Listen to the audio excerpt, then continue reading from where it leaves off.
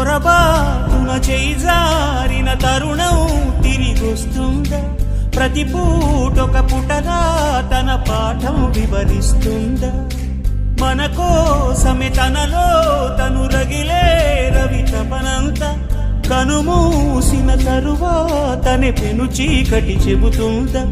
కడతేరని పయనాలెన్ని, పడదోసిన ప్రణయాలెన్ని అని తిరగే ఛాయా చరిత పుటలు, వెను చూడక ఉరికే కథలు, తమ ముందు తరాలకు స్మృతుల చితులు అందించాలా ప్రేమికులు.